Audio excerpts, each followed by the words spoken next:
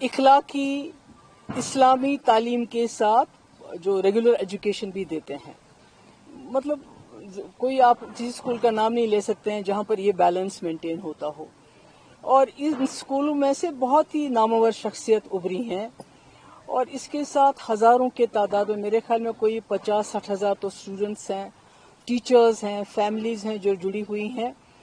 तो इस तरह से इसको इसको टेक ओवर करना, पहले तो जमात इस्लामी के तमाम एसेट्स को टेक ओवर किया गया, उन पर बैन लगाई गई। और तभी उम्मीद थी कि यहाँ एक चुनी हुई सरकार आएगी, इलेक्शन होंगे, तो शायद ये जो हम पे ताबड़तोड़ हमले हो रहे हैं, हमारे तशख़्ख़ुस पे, हमारे हर इदारे पे, तो कहीं ना कहीं उसको वो रोकने में कामयाब हो जाएंगे। और शायद यही वजह है कि लोगों ने नेशनल कॉन्फ्रेंस को तकरीबन 50 सीटें दी। पार्लियामेंट में 3 मेंबर पार्लियामेंट दिए लद्दाख को लेके। तो पर अफसोस की बात है कि बजाय इसके कि वो इस चीज को रोके, तो ये गवर्नमेंट की तरफ से ऑर्डर आना, मुझे लगता है कि ये मतलब एज अ कश्मीरी मुझे लगता है एज अ कि ये जो लोगों का जो भरोसा है उन पे क्या गुजरी होगी, मैं उसका अंदाजा नहीं लगाना चाहती। क्योंकि पिछले इलेक्शन में तमाम लोगों ने अपनी आइडियोलॉजी से बालातर उठ के, चाहे वो जमात इस्लामी थे, चाहे अहले हदीस थे, चाहे एम्प्लॉयज थे, चाहे टीचर्स एसोसिएशन थी, चाहे नौजवान थे, सब ने सोचा कि एक ही जमात को वोट देंगे ताकि ये जो तूफान आ रहा है हम पे मरकज की तरफ से, इसको शायद एक जमात रोक पाएगी, एक ही जमात रोक पाएगी। क्योंकि पीडीपी को तोड़ फोड़ करके पीडीपी लगता था लोगों को ये खत्म हो चुकी है, ये मुकाबला नहीं कर पाएगी। तो ऐसे में ये होना, और अभी आपने देखा कुछ देर पहले जो हमारी उर्दू जबान है, सरकारी दफातर में से उसको तकरीबन खारिज किया जा रहा है। हमारी किताबों, हमारे जो सिलेबस है, जो करिकुलम है, उसमें जो है हमारे शेखुल आलम रहमतुल्लाह अलैह हैं, या हमारे अल्लामा इकबाल साहब हैं, या इसी तरह जो हमारे आगा शाहिद साहब हैं, उनको बिल्कुल उससे अलग किया जा रहा है। तो सरकार जो है खामोश है। और इस बार तो सरकार हिस्सा बन गई है। आपको याद होगा 2016 और 17 में जब यहाँ बहुत हालात खराब हुए, पथराव रोके ना रुके, दिल्ली से इतनी बड़ी टीम आ गई, बड़े बड़े मिनिस्टर्स की, बड़े बड़े पॉलिटिशियंस की, और हुर्रियत के दरवाजों पे गई कि आप दरवाजा खोलिए, हमसे बात कीजिए, दरवाजे बंद कर दिए। यानी इतने हालात खराब थे। उस वक्त मेरे ऊपर बहुत प्रेशर आया था कि आप जमात इस्लामी के ऊपर क्रैक डाउन कर लीजिए, बैन कर लीजिए, इनको पीएसए लगा लीजिए, इनके एसेट सीज का जो अब हो रहा है, जो इस वक्त की सरकार इस वक्त कर रही है।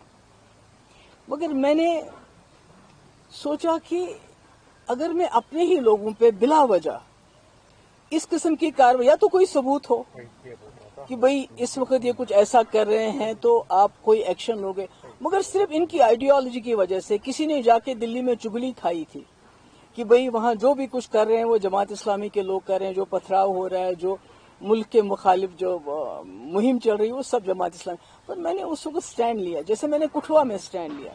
हालांकि मेरे पास अक्सरियत नहीं थी, हम पीडीपी बीजेपी सरकार में बने हुए थे। आज नेशनल कॉन्फ्रेंस के पास अपनी अक्सरियत है, उसके बावजूद वो इस किस्म के फैसले करती है। मुझे लगता है ये अफसोस के लायक है। और इसके बारे में क्या कहूँगा, वैसे तो लोग कहते हैं कि कहीं ना कहीं नेशनल कॉन्फ्रेंस और जमात इस्लामी का पुराने वक्त से चल रहा है कि जब शेख साहब मरहूम 77 में आ गए, उसके बाद जमात इस्लामी वालों के साथ क्या किया गया, किस तरह इनके घर चलाए गए, क्या क्या हमारी मुकद्दस किताबें भी नजर आतश की गई। उसके बाद 87 के बाद क्या किया गया, जो फलायम ट्रस्ट के टीचर है उनको कैसे पब्लिक सेफ्टी एक्ट लगाया गया। और आज 2025 में अब इनके जो स्कूल थे, जो लोगों के गरीब लोगों को, गरीब बच्चों को, क्योंकि आपने देखा कि सरकारी स्कूलों में जो चीज कमी है वो ये स्कूल पूरी करते थे, जिनका कोई नहीं होता था और कम फीस लेके ये तालीम देते थे।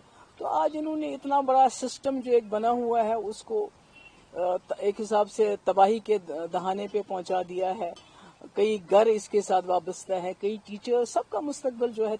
मैम, आपने एजुकेशन मिनिस्टर का स्टेटमेंट देखा होगा, वो कहती है कि हमने कुछ और डिसाइड किया था कि कल जो लोकल प्रिंसिपल होगा वो टेक ओवर करेगा, मजिस्ट्रेट की बात नहीं थी। नहीं, पहले तो टेक ओवर क्यों करे? اگر پچھلے 8 سال سے جب سے گورنر رول بھی چل رہا ہے, LG کا رول بھی چل رہا ہے, اس کا ٹیک اوور نہیں ہوا, تو آج تو پاپولر سرکار ہے, آج کیوں ٹیک اوور ہوا؟ اور اگر منسٹر صاحبہ یہ کہتی ہیں کہ اس میں کنفیوژن ہے, تو وہ آرڈر کینسل کر دیں. سب سے آسان بات ہے, آرڈر کینسل کر دیں. کہیں یہ غلط آرڈر ہے, میں اس کو کینسل کر دیتی ہوں. وہ تو منسٹر ہے نا. تو اس طرح میں سمجھتی ہوں کہ لوگوں کے جذبات کے ساتھ کھلواڑ کرنا, لوگوں کی زندگی ان کے ساتھ, خاص کر ہمارے ایجوکیشن سسٹم کے ساتھ اس قسم کا کھلواڑ کرنا, میں سمجھتی ہوں یہ بہت ہی برا ہے. میم, بی جے پی نے ویلکم کیا ہے اس اسٹیپ کو, بولا ہے کہ جو بچے ہیں ہزاروں میں جو بچے پڑھ رہے تھے ان سکولز میں, وہ سیپریٹسٹ انفلوئنس سے بچ جائیں گے. لیکن میں نے آپ کو کہا کہ بی جے پی نے میرے وقت میں بھی, جب میں ان کے ساتھ الائنس میں تھی, بہت دباؤ ڈالا اور ٹاپ لیول سے مجھ پہ دباؤ آیا کہ آپ جماعت اسلامی کے اوپر کریک ڈاؤن کر لیجئے, بین کر لیجئے, ان کو PSA لگائیے. اور بی جے پی کی آئیڈیالوجی اور NC کی آئیڈیالوجی میں کچھ تو فرق ہونا چاہیے.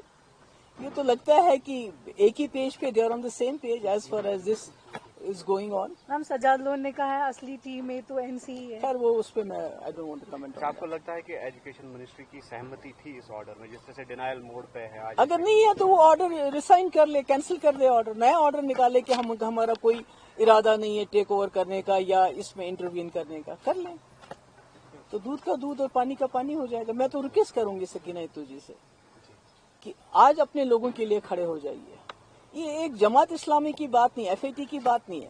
آج آپ نے یہ کام کر دیا اور دلی والوں کو خوش کرنے کے لیے, کل کچھ اور کریں گے. ارے میں تو ان کے ساتھ میں نے کام کیا ہے, مگر اس کے باوجود اتنا پریشر آنے, میں نے سب کچھ داؤ پہ لگایا, مگر میں نے کہا میں یہ غلط کام نہیں کروں گی, چاہے کٹھوا ہو چاہے جماعت اسلامی کا ایشو ہو.